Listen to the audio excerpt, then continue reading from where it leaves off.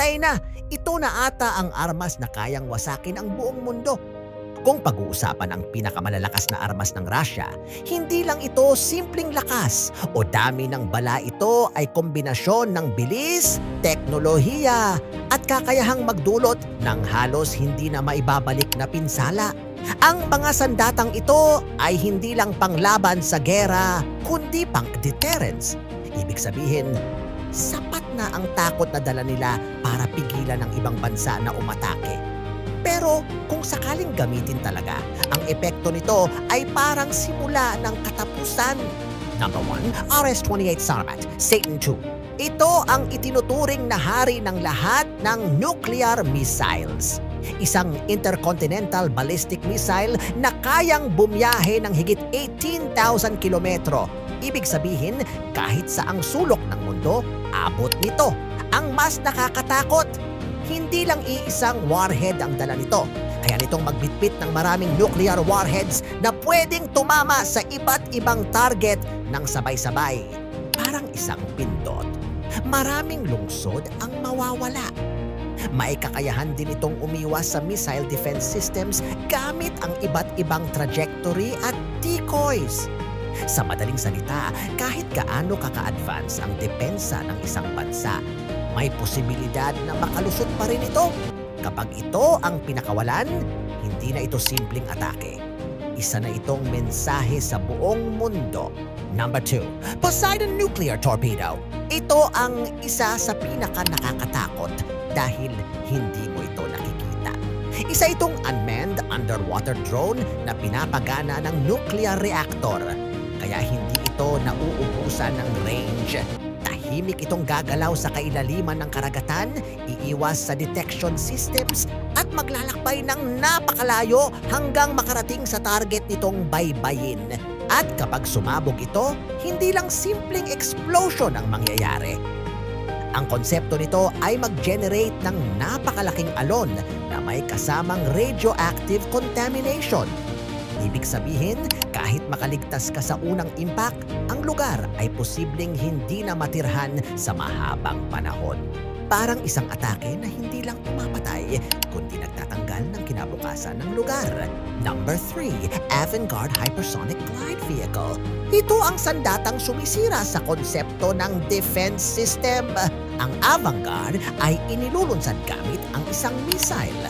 Pero pagdating sa itaas ng atmosphere, ito ay mag-glide pabalik sa Earth sa sobrang bilis, lampas Mach 20. Ang pinakadelikado, hindi ito diretso lang lumilipad. Kaya nitong magbago ng direksyon habang pababa, parang zigzag na hindi mahuhulaan. Ibig sabihin, kahit may radar ka, kahit may interceptor missiles ka, napakahirap nitong targetin. Para itong kidlat na may isip at kapag tumama ito, halos wala ng warning ang kalaban. Ito ang klase ng armas na nagbabago ng rules ng modern warfare. Number 4, Kinjal Hypersonic Missile. Kung ang Avangard ay strategic weapon, ang Kinjal naman ay pang mabilisang atake na parang instant execution. Inilulunsad ito mula sa fighter jet o bomber. Kaya mas unpredictable ang launch point. Kayang tumama sa target sa loob lang ng ilang minuto kahit daan-daang kilometro ang layo. Dahil sa bilis nitong lampas Mach 10 at maneuverability, halos hindi rin ito kayang harangin. Pwede nitong sirain ang mga high-value targets tulad ng aircraft carriers, command centers, at critical military bases. Parang isang sandata na nagbibigay ng kakayahan na umatake ng mabilis at umatras bago pa makapag-react ang kalaban. Number 5, TOS-1 Thermobaric Rocket System. Ito naman ang literal na impyerno sa lupa.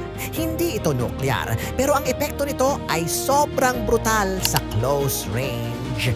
Gumagamit ito ng thermobaric rockets na naglalabas muna ng fuel cloud sa hangin bago sumabog.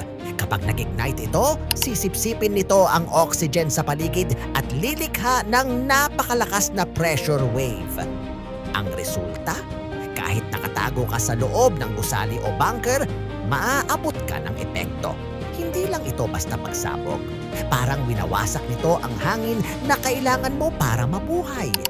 Sa urban warfare, ito ay isa sa pinakakinatatakutang armas dahil sa lawak ng pinsala nito sa maikling oras. Sa kabuuan, ang mga armas na ito ang dahilan kung bakit nananatiling isa sa pinakapinapangambahang military power ang Russia.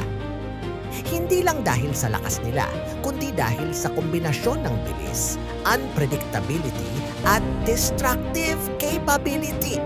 Ang totoo, karamihan sa mga ito ay hindi talaga ginawa para gamitin araw-araw sa gera, kundi para ipakita na kaya nilang gawin ito kung kinakailangan.